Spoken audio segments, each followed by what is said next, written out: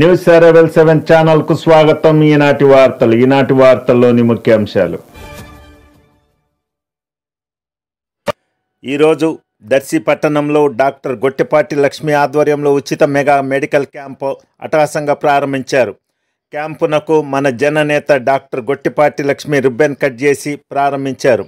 Doctor Kadiyala Lalitha Sagar, మాజీ శాసనసభ్యులు Narapasetti Paparao, municipal chairman Narapasetti Pichaiah, ఇతర తెలుగుదేశం, జనసేన, బీజేపీ నాయకులు, అధికారులు, ప్రజలు పెద్ద ఎత్తున పాల్గొన్నారు.